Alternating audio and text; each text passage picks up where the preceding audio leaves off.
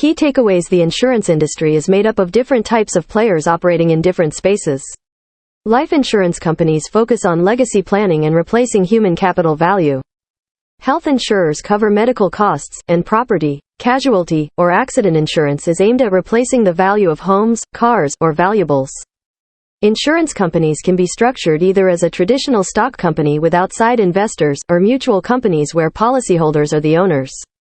Owning equity in an insurance company may lead to dividends, inflation protection, and stable company revenue. The industry sector is highly regulated, which may protect investors while also creating compliance barriers that may limit growth opportunities.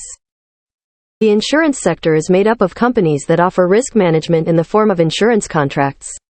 The basic concept of insurance is that one party, the insurer, will guarantee payment for an uncertain future event. Meanwhile, another party, the insured or the policyholder, pays a smaller premium to the insurer in exchange for that protection on that uncertain future occurrence. As an industry, insurance is regarded as a slow-growing, safe sector for investors.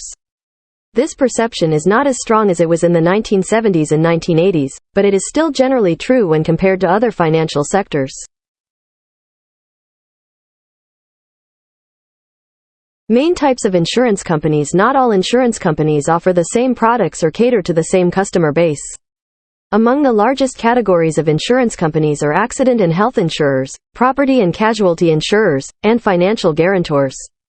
The most common types of personal insurance policies are auto, health, homeowners, and life. Most individuals in the United States have at least one of these types of insurance. And car insurance is required by law. Accident and health companies are probably the most well-known. These include companies such as United Health Group, Anthem, Aetna, and Aflac, which are designed to help people who have been physically harmed. Life insurance companies mainly issue policies that pay a death benefit as a lump sum upon the death of the insured to their beneficiaries.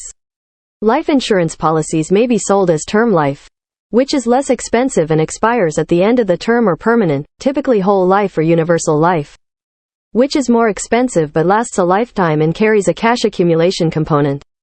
Life insurers may also sell long-term disability policies that replace the insured's income if they become sick or disabled.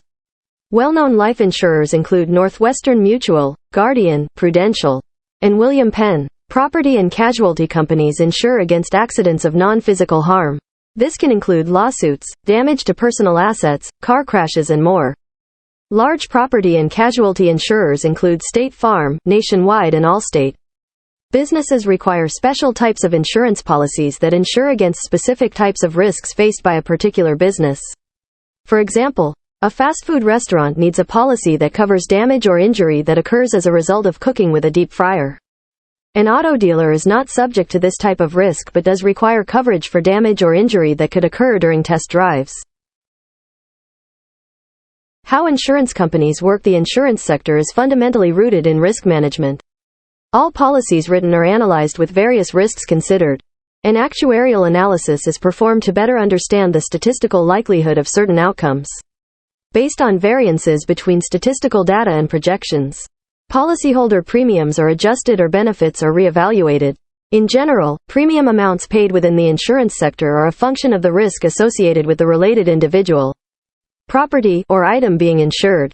One of the more interesting features of insurance companies is that they are essentially allowed to use their customers' money to invest for themselves. This makes them similar to banks, but investing happens to an even greater extent. This is sometimes referred to as the float. Float occurs when one party extends money to another party and does not expect repayment until after a circumstantial event. This mechanism essentially means insurance companies have a positive cost of capital. This distinguishes them from private equity funds, banks, and mutual funds. For investors in stock insurance companies, or policyholders in mutual companies, this means the potential for lower risk, stable returns.